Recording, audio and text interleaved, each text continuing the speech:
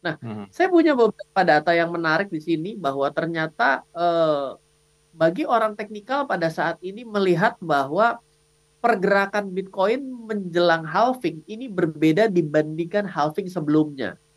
Kenapa? Karena halving sebelumnya itu em, Bitcoin mengalami halving terlebih dahulu, baru dia mencapai harga tertinggi yang Mhm. baru. Biasa kalau orang bilang namanya all time high baru. Nah, di dalam kondisi kali ini Bitcoin agak sedikit berbeda. Dia sudah membuat all time high dulu kemarin, Mhm. baru akan menuju halving, yang mana halvingnya masih agak lama, tanggal 20 besok gitu kan. Nah, Ya. ini membuat orang teknikal merasa bahwa kondisi pada saat ini kayaknya kurang oke.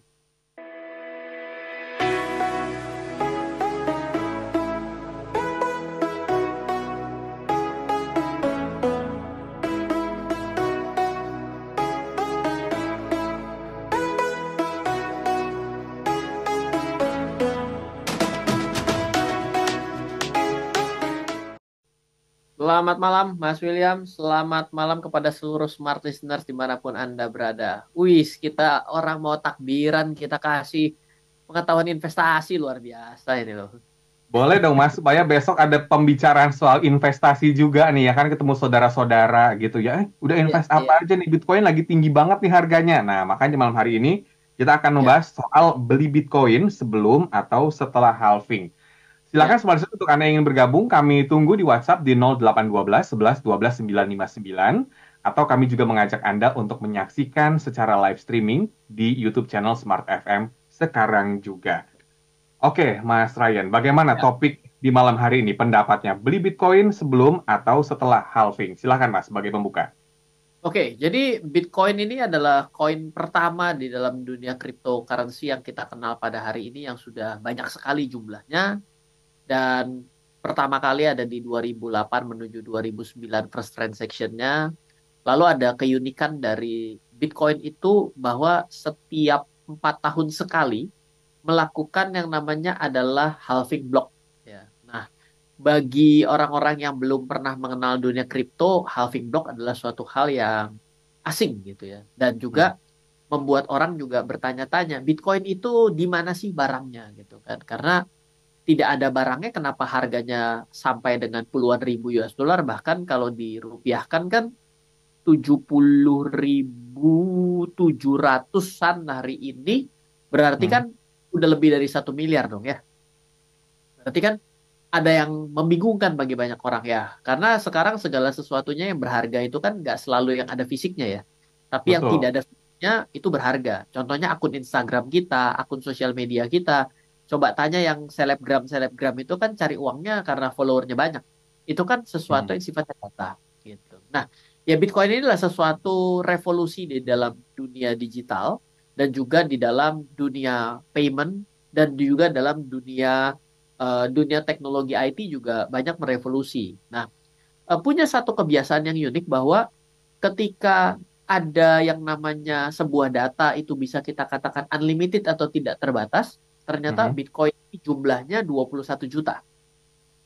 Tidak Wow. bisa kurang, tidak bisa lebih, jumlah di dunia hanya ada 21 Bitcoin.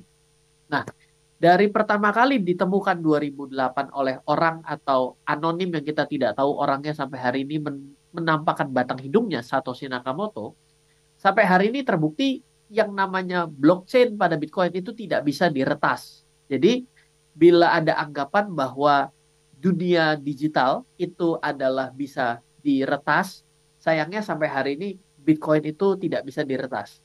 Hmm. Jadi, Hmm. Hmm. sudah lama nih ya bertahan sebagai kampiun, artinya juaranya tidak bisa dihack gitu ya. Loh Pak, yang kemarin-kemarin aja uang hilang beda, itu namanya dompetnya diretas. Orang kalau yang dimaling kan dompetnya, ya kan? Gitu. Jadi itu beda kondisinya. Nah, Bitcoin ini melakukan kebiasaan setiap 4 tahun sekali memotong jumlah upah yang Hmm. dibayarkan kepada orang-orang yang mau melakukan validasi. Jadi di Bitcoin ini, di mana networking, di mana jaringan ini, siapapun boleh bergabung, tidak perlu mengakui dirinya siapa, tapi di sini boleh bertindak sebagai pengguna atau Hmm. penyedia. Pengguna, saya mau pakai jaringan Bitcoin boleh, menjadi penyedia, maka saya akan menjadi penyedia jaringan Bitcoin itu sendiri. Nah, Ya. kenapa saya mau datang menjadi penyedia? Jawabannya adalah karena saya diberikan upah. Nah, upah ini dibayarkan setiap 10 menit muncul 50 Bitcoin Hmm. atas orang-orang yang berkumpul mendapatkan upah. Tapi itu adalah periode pertama, halving pertama dari 50 BTC sejak 2009, 2008 ke 2009. Tapi 4 tahun kemudian, maka jumlah upah yang dibayarkan kepada para validator atau para penyedia jaringan itu Hmm. adalah berkurang, tinggal 25 Bitcoin. Oke. 4 tahun kemudian, berkurang lagi separuhnya menjadi 12,5. 4 tahun kemudian, berkurang lagi menjadi 12,5 bagi 2, 6,25. Hmm. Nah, kita pada fase ini, yang mana tanggal 20 April besok, itu secara perhitungan, maka akan muncul halving yang selanjutnya. Kita akan masuk ke sesi selanjutnya diseparohkan lagi. Hmm. Hmm. Yang menarik adalah orang akan bertanya nih, dengan Bitcoin yang tadinya tidak ada harganya, bisa membeli 2 loyang pizza saja pada saat itu, eh, berapa ribu Bitcoin hanya untuk membeli 2 loyang pizza. Mohon maaf, jumlahnya lupa. Nanti pas istirahat saya cari. Ya, Sekarang itu 1 Bitcoin sudah bisa membeli mobil mewah loh. betul. Nah, ini kan menarik gitu kan. Nah, inilah yang akan kita perbincangkan. Apakah halving yang tadi saya sudah jelaskan itu lebih baik sebelum daripada tanggal 20 April atau setelah tanggal 20 April, melihat fakta-fakta halving sebelumnya. Oke. Hmm. Baik, nanti kita akan bahas lebih lanjut lagi mengenai apa itu halving dan gambarannya secara mungkin lebih mudahnya kepada semua listeners ya. Supaya kita bisa memutuskan kira-kira beli sekarang atau nanti gitu ya. Dengan harga Bitcoin yang ada. Halving, Mas, mungkin bisa dikasih penjelasan kepada semua listeners sekali lagi gitu ya. Dan kira-kira halving ini tujuannya apa sih, Mas? Dan apakah juga halving ini juga mungkin pertanyaannya akan membuat harga Bitcoin itu semakin tinggi atau malah sebaliknya? Ya, begini begini. Saya kita ngobrol ya, Mas William. Misalnya saya mau Hmm. tanya nih, kira-kira kalau ada barangnya 10 gitu ya, dibandingkan barangnya cuma satu, kira-kira secara kelangkaan gitu ya, kita ngerasa bahwa barang yang satu lebih sedikit berarti akan punya paradigma, wah ternyata lebih laku, Betul. ya, jangan-jangan lebih bagus. Jadi ada suatu teori yang kita tahu adanya demand dan supply, di mana Hmm. ketika barang itu semakin sedikit, maka akan membuat harga akan lebih tinggi naiknya. Seperti itu ya. Selalu kan dengan teori kelangkaan barang kan seperti itu gitu. Nah, seiring dengan waktu Bitcoin semakin terkenal gitu ya, maka salah satu aturan awal yang dibuat oleh si founder daripada Bitcoin yang tidak tahu orangnya di mana saat ini, Hmm. itu dia membuat aturan bahwa dia ingin memapping atau mengikuti metode kelangkaan yang dibuat oleh emas, yang kita tahu pada hari ini ya, ya emas, perhiasan emas dan juga emas logam mulia itu, Hmm. bahwa emas itu untuk didapat perlu ditambang, perlu sebuah effort, ada pemurnian dan lain sebagainya. Nah, itulah yang diambil sudut pandangnya, bahwa emas itu bisa menjadi salah satu benda logam paling berharga, ya paling mahal tidak, tapi paling liquid ya. Semua orang mau menerima gitu ya. Iya. Diambillah konsep itu. Sehingga kita bisa melihat bahwa cadangan emas dunia itu, selama tidak ada penambahan, ditemukan cadangan emas baru, maka kan yang ditambang jumlahnya akan berkurang. Itulah Hmm. salah satu juga yang menyebabkan harga mengalami peningkatan atas harga emas itu sendiri. Nah, inilah yang menyebabkan ide dasar yang menurut saya bahwa adanya halving block dari Bitcoin itu sendiri. Itu adalah membuat orang merasa makin hari makin susah. Tingkat kesulitan, tingkat kita mendapatkan, tingkat pengorbanan semakin tinggi akan menyebabkan harga Bitcoin mengalami peningkatan secara nilai dasar dari usaha, effort, dan lain sebagainya. Oke, sudah dapat gambaran ya semua listeners ya. Jadi semakin langka barangnya, ya mungkin harganya akan semakin meningkat ya. Jadi lebih eksklusif gitu ya. Nah, kalau gitu pertanyaannya Mas Ryan, dalam kondisi seperti ini, di mana akan terjadi halving, kira-kira apa yang harus dilakukan investor? Mencermati terlebih dahulu, kira-kira apa yang akan terjadi, atau saatnya menjual yang sudah punya Bitcoin, atau yang belum, oke, beli nih Bitcoin, bagaimana? Oke, kita melihat itu selalu dengan dua cara ya. Kalau kita orang yang suka melihat pola, ya, pola itu kan kita bisa bilang, ini kalau orang udah melangkah pakai kaki kiri, kayaknya nggak mungkin deh pakai kaki kanan gitu kan ya. Tapi kan ada aja orang yang melangkah pakai dua kali kaki kiri, lalu pakai kaki kanan kan juga bisa gitu. Nah, itu adalah orang yang suka dengan melihat pola. Nah, biasanya kalau orang melihat pola gerakan harga, maka disebut dengan teknikal atau orang yang menganalisa dengan grafik. Nah, Hmm. saya punya beberapa data yang menarik di sini bahwa ternyata bagi orang teknikal pada saat ini melihat bahwa pergerakan Bitcoin menjelang halving ini berbeda dibandingkan halving sebelumnya. Kenapa? Karena halving sebelumnya itu em, Bitcoin mengalami halving terlebih dahulu, baru dia mencapai harga tertinggi yang Hmm. baru. Biasa kalau orang bilang namanya all time high baru. Nah, di dalam kondisi kali ini Bitcoin agak sedikit berbeda. Dia sudah membuat all time high dulu kemarin, Hmm. baru akan menuju halving, yang mana halvingnya masih agak lama, tanggal 20 besok gitu kan. Nah, Ya. ini membuat orang teknikal merasa bahwa kondisi pada saat ini kayaknya kurang oke. Ya, jadi bagi orang teknikal melihat pada saat ini kayaknya lebih baik saya menunggu halving saja deh, karena ini di luar dari pola gerakan 3 kali sebelumnya. Hmm. Jadi itu satu sudut pandang.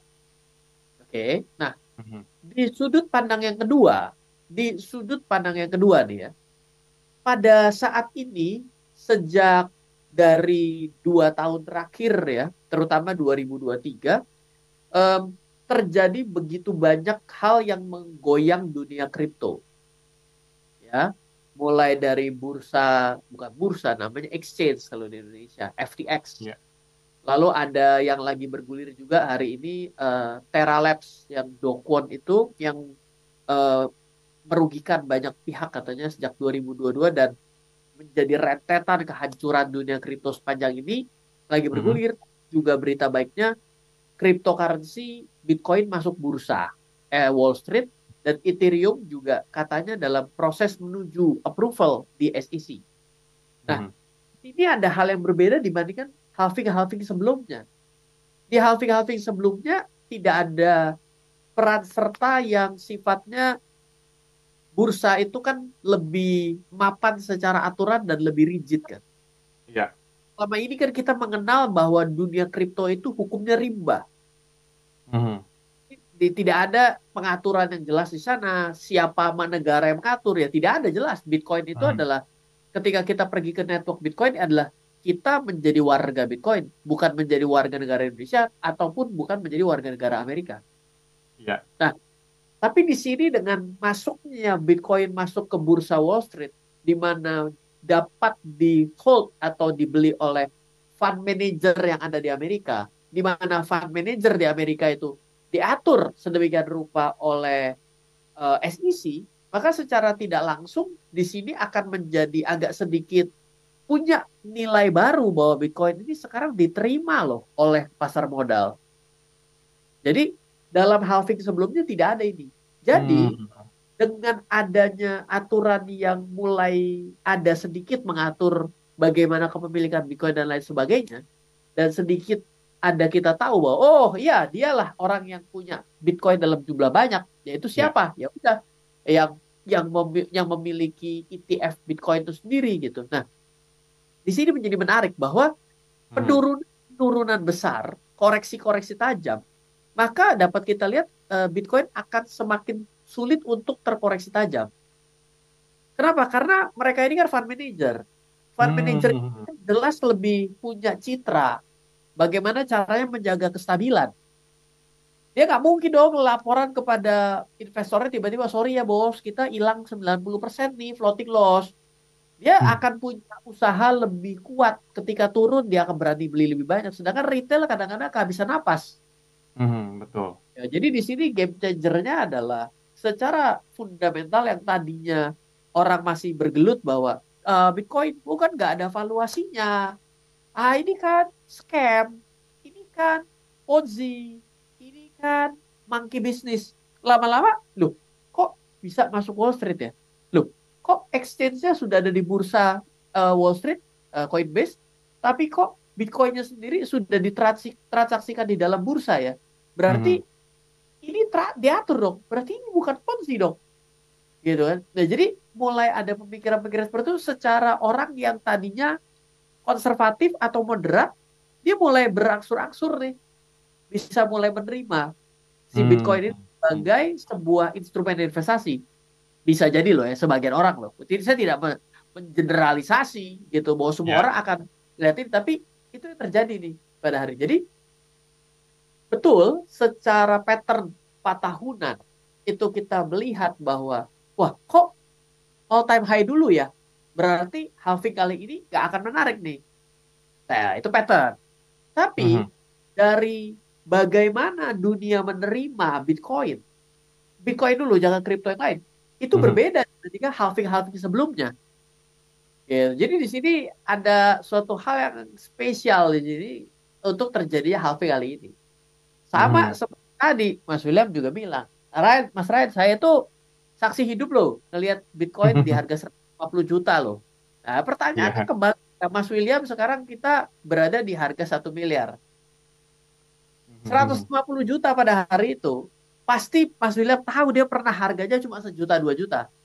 Ya, Saya betul. saksi hidup Bitcoin 2,5 juta per satu BTC. Wow, ini lebih amazing lagi ya. Iya, iya. Saya aja waktu Kalau ngelihat saksi hidup 150 juta emang nggak seru orang saya saksi hidup 2,5 juta.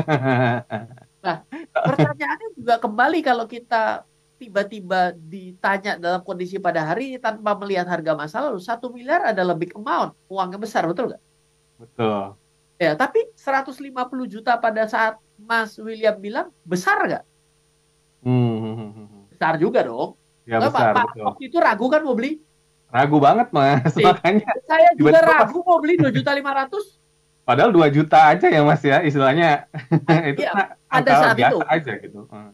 Betul pada saat itu. Tapi harga HM Sampurna, Gudang Garam, Astra International, dan Unilever waktu itu lagi menarik sekali. Ya, Hmm. jadi kan kita itu dihadapkan selalu pada cara berpikir detik itu. Kita berusaha untuk melihat masa lalu dia tuh, naiknya udah tinggi banget loh kan gitu kan. Untuk Hmm. kita punya keputusan membeli saat ini. Gitu. Jadi sekarang Oke. saya sudah sampaikan nih dengan dua perspektif tadi.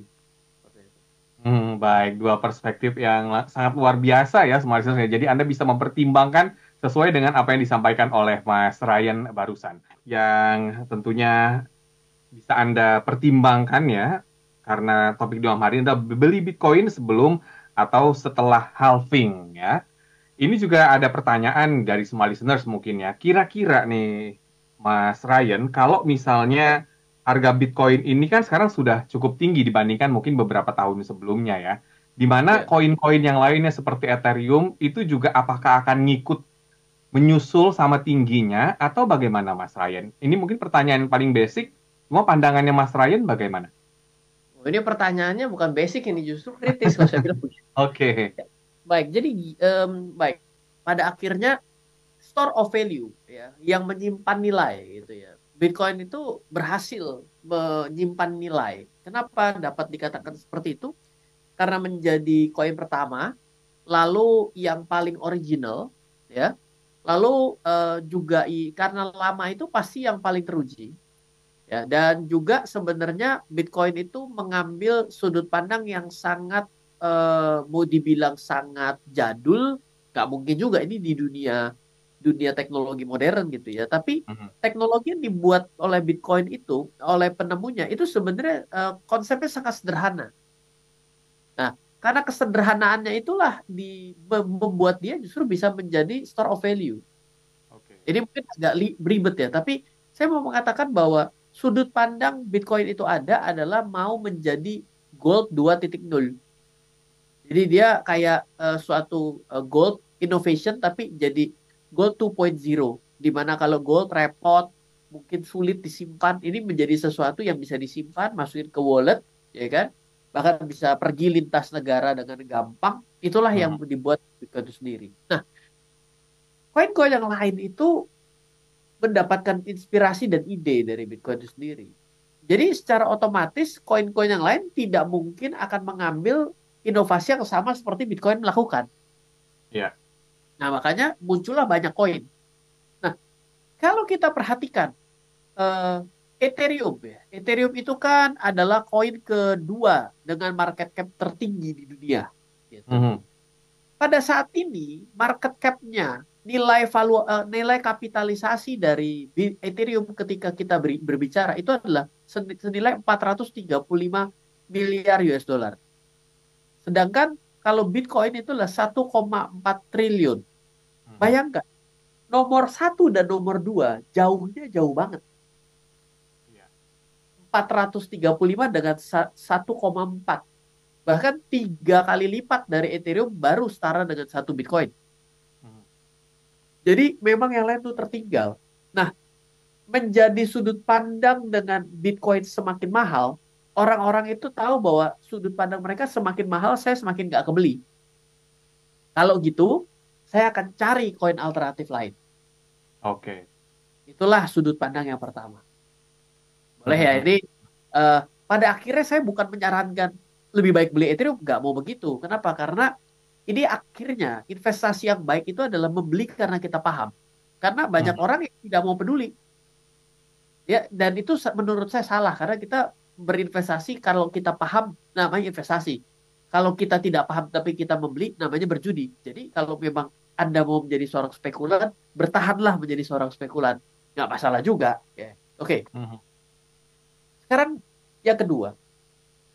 Kalau kita melihat bahwa ternyata banyak koin-koin menarik diakibatkan karena masalah harga, saya tidak mampu lagi membeli Bitcoin, maka saya membeli koin-koin yang lain. Ya, tidak salah, karena Ethereum harganya jauh lebih murah. Berapa Iya. Ethereum? Cuma 3.600 US dollar per satu Ethereum.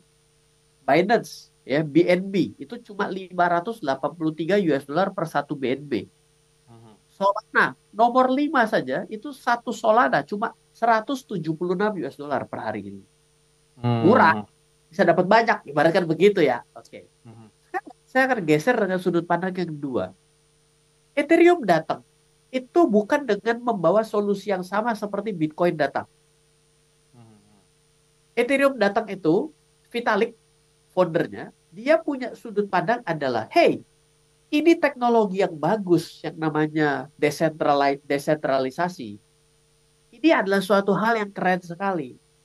Bagaimana kalau agar ekosistem ini semakin banyak komunitasnya, saya akan buat sebuah network, saya akan membuat sebuah sistem yang Mhm. akan buat semua orang gampang untuk membuat apapun di desentralisasi.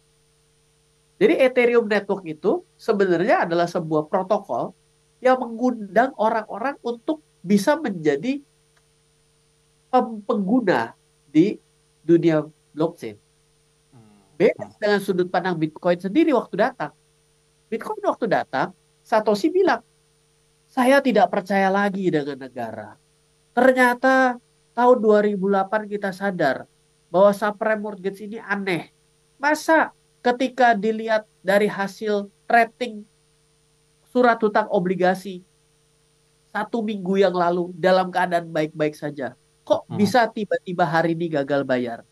Berarti ini ada kesalahan dalam skema.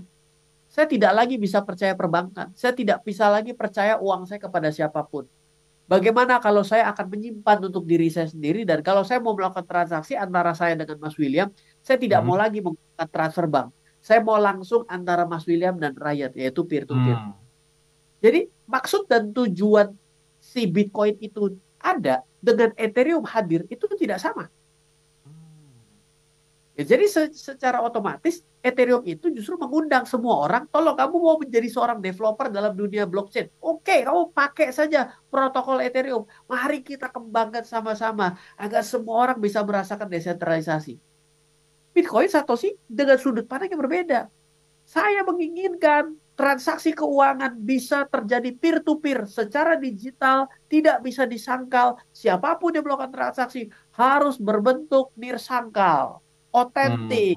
Mhm. Mhm. Beda datangnya. Jadi, ketika kita bicara mengenai harga Ethereum, Vitalik sendiri sebagai foundernya itu tidak kepingin harga Ethereum mahal. Agar apa? Agar semua orang bisa mudah untuk menjangkau dan memakai. Nah, Mhm. ini kan jadi aneh gitu. Kita bilang satu sisi, ih kalau Bitcoin itu nggak bisa dibeli, saya akan beli Ethereum. Tapi di satu sisi para para pengguna termasuk foundernya ingin mengatakan bahwa Ethereum jangan mahal-mahal ya, agar tetap terjangkau teknologinya. Kan Hmm. jadi hal yang nggak bisa matching di sini kan. Oke. Jadi banyak hal begini yang kita masih belajar. Pada akhirnya kita mau menentukan apa nih dari sudut pandang mana kita mau mengambil kesimpulan ini. Gitu. Oke, baik. Semoga dapat ilmunya di malam hari ini, Smarters, sambil menemani Anda menyambut Lebaran besok ya, supaya besok juga ada obrolan soal investasi gitu ya, ketika ketemu mungkin brother-brother atau juga sister-sister Langsung gitu jadi ya. ahli ya. Oke. Pembicaranya langsung penuh dengan perspektif-perspektif yang nggak segampang itu kita bisa dapatkan. Misalnya kalau di luar mungkin ya, Bitcoin lucu ya, ada gitu. Tapi kita nggak bicara gituan gitu. Tapi oh ya ada satosinya, oh ternyata 21 juta, ada halving. Jadi lumayan beda. Boleh? Selamat Hah? malam dari Bapak Adrian di Jakarta Timur. Selamat malam Ya. Mas Ryan. Yuk. Saya punya dana sebesar 100 juta rupiah. Nah, kira-kira investasi apa yang cocok? Apakah saya membeli saham atau Ya, Bitcoin? Nah, ini boleh nih, langsung disebutkan loh oleh Bapak bagus. Adrian ya, uang yang dia miliki ya. Silakan, Mas Ryan. Oke, eh, begini ya. Kalau kita mau bicara uang yang kita miliki itu cocok diinvestasikan kemana itu sebenarnya kita mesti tahu tujuannya dulu. Banyak orang itu investasi itu, saya kepingin uang saya menjadi lebih banyak ya. Saya juga mau gitu. Tapi Mhm. lebih banyak itu apa nih? Apakah mendapatkan income bulanan atau saya ingin mendapatkan lonjakan kenaikan atas nilai yang saya beli berubah menjadi sangat tinggi. Sangat tinggi itu berapa? Nah, kalau kita bicara sekarang dibandingkan antara saham dengan yang namanya Bitcoin gitu ya. Kalau Ya. saham menurut saya kita semakin hari pertumbuhan saham itu menjadi semakin stabil. Jadi mungkin 1 tahun itu 10 atau 12% on average itu eh, sudah menjadi sesuatu yang umum gitu ya. Hmm. Jadi kalau kita punya target 10 atau 12% saja, ya maka secara otomatis kan kita bisa melihat ya bahwa tidak begitu besar pertumbuhannya. Kalau kita bicara mengenai Bitcoin itu sendiri, maka Bitcoin itu mungkin bisa mengalami kenaikan secara rata-rata itu selalu di atas 20%. Hmm. Tapi Bitcoin itu penurunannya juga tajam-tajam. Bahkan seperti 2022 kemarin itu sempat turun hampir 70% loh. Gitu ya. Dan saham kalau penurunnya setajam itu rasanya sih tidak saham-saham yang memiliki kualitas yang tinggi di Mhm. Indonesia penurunannya tidak setajam itu gitu ya. Nah itu Hmm. perspektifnya. Jadi selama kita siap naiknya, siap juga nggak sama turunnya. Lalu yang kita perlu tahu bahwa investasi itu membutuhkan waktu. Ya, kalau saham, saya bilang nilai aman untuk investasi itu untuk diinvestasikan lebih dari 5 tahun. Nah, Hmm. dunia kripto itu juga ternyata memiliki rentang yang kurang lebih. Kalau kita siap untuk memiliki lebih dari 5 tahun dan kita punya kekuatan untuk melihat harga kripto kita itu turun puluhan persen, ya sudah, mungkin kripto bisa dijadikan jawaban. Gitu. Tergantung kita kepengen melipat gandakannya jadi berapa. Ah, Pak, saya mah kepengen 50% dalam 5 tahun, itu udah cukup buat saya. Oh ya, berarti kayaknya saham boleh deh. Oh Pak, Hmm. saya tuh pengen 2 digit Pak, 100% dalam 5 tahun. Ya mungkin kripto bisa deh. Tapi jangan lupa ada catatan belakangnya. Itu 100% bisa hilang 70% tuh. Hilang nilai ya, bukan Oke. artinya hilang barang loh. Hmm. Karena kan Hmm. ketika Bitcoin turun dari nilai tertingginya kemarin, terus tuh turun, dia hilang nilai loss-nya, floating loss-nya adalah 60-70%. Itu kan bukan hilang barangnya. Oh Hmm. hari ini kan. Tapi kan takes time untuk kembali. Nah, itu kan juga perlu kita pertimbangkan. Waktu menahan barang selama itu kita pegang kan kadang-kadang juga punya tidak tidak kuat kan. Kita tidak sabar, kita juga kesel, kita kepikiran. Nah, itu kan jadi masalah yang berbeda juga. Hmm. Jadi dibutuhkan kesabaran dalam investasi ya, nggak buru-buru ya, nggak bisa langsung bertambah ya nilainya ya. Dan tadi ada resiko-resiko yang tadi disampaikan oleh Mas Ryan. Nanti saya bacakan lagi beberapa pertanyaan. Oh ya, Ini banyak juga ternyata yang malam takbiran siap. Singkat habis. mau 15 ngobrol soal investasi. Namun kita jeda dulu ya Mas Ryan. Anda jangan kemana-mana, tetaplah bersama kami. Di malam hari ini dari Bapak Gabriel, Gabriel. dia bertanya ya. Dia bilang, Mas Ryan, saya memiliki saham ojek online yang sempat viral beberapa tahun yang lalu. Dan harganya itu turun banget katanya. Nah, saya minta pendapatnya dong, Mas Ryan, terkait dengan hal ini. Nah, boleh dikasih pendapatnya, Mas Ryan. Kayaknya saya tahu sih saham itu ya. Tunggu. Ojek online Ya. masuk masuk bursa cuma satu di Indonesia. Oke, Ya, hari satu ya. Oke. oke. Em, yang namanya investasi itu kan kita harus melihat pada akhirnya nilai sebuah saham itu terrefleksi dari laporan keuangannya ya. Ya kita melihat bahwa startup yang listing di Bursa Efek Indonesia gitu ya, itu masih dalam kondisi yang mungkin belum mencapai target ya. Dan memang eh, Amazon saja perlu waktu ya untuk bisa membuktikan. eBay, Amazon juga perlu waktu. Jadi memang eh, membeli saham-saham yang sudut pandangnya teknologi dia pada akhirnya ya kita akan melihat bahwa pada akhirnya investor tuh mau melihat apa sih? Ya melihat bahwa bukan bicara bisa membuat menjadi pendapatan saja, tapi perusahaannya harus untung. Karena kalau perusahaannya nggak untung, mau sampai kapan ini minus terus? Jadi ya satu-satunya yang perlu kita lihat adalah bagaimana manajemen bisa mengubah buku perusahaan dari minus jadi plus. Atau terus-menerus bisa mengurangi minusnya sampai suatu hari jadi plus. Ya itu menjadi game changernya lah menurut saya. Jadi memang sebetulnya harga saham yang turun itu karena memang perusahaannya secara laporan keuangan itu tidak untung ya. Makanya tadi Bapak Gabriel bertanya mungkin ya, kira-kira wah ini berarti kalau next time membeli saham itu dilihat dulu laporan keuangannya. Benar nggak Mas Ryan? Ya, membeli saham adalah membeli perusahaannya gitu ya. Memang ada saja perusahaan yang rugi, tapi orang tetap beli. Nah, kalau orang tetap membeli ketika rugi, pasti dia punya agenda. Misalnya dia melihat bahwa ruginya mengecil terus-menerus. Berarti kan dia punya Hmm. keyakinan bahwa ini mampu membalikan kerugian menjadi keuntungan. Ya kan? Yang kita bingung kan kalau yang ruginya makin besar, hutangnya makin banyak, pendapatan makin turun. Loh ini kok apa yang diharapkan kan jadi gitu. Oke. Kalau gitu ya semoga Bapak Gabriel bisa mempertimbangkan ya. Saya tidak menyebutkan ya dia tidak menyebutkan berapa minusnya ya, tapi dia hanya curhat aja katanya. Oke. Baik, saya sapa lagi small listeners yang sudah menyapa di malam hari ini dari Mbak Rina ya. Sempat mengalami kerugian saat memiliki Bitcoin, sekarang akhirnya menyesal karena sudah dijual Bitcoinnya. Nah ini Mbak Rina ini salah satu yang menyesal ya karena dia pernah beli di harga yang murah namun rugi terus dijual. Nah ini mungkin bagaimana pendapatnya Mas Ryan? Ya, karena ya saya jadi bilang Mbak Rina jadi nggak mempelajari pergerakan historis ya terasa kayak bilang apa saya bilang tapi kan nggak berujung gini. Tapi kita begini ya, eh, membeli itu kita itu mesti punya keyakinan kita tuh membeli karena apa.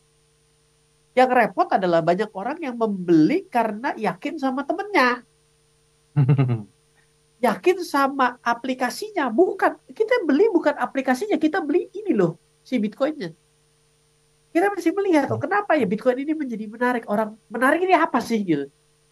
Lalu kenapa ini menjadi berbeda dengan koin-koin yang lain? Pertanyaan ke situ dong. Bedanya apa sama koin yang saya main yang ada di mall-mall itu mainan anak-anak saya? Ini kan koin juga gitu. Tapi bedanya apa sama koin ini?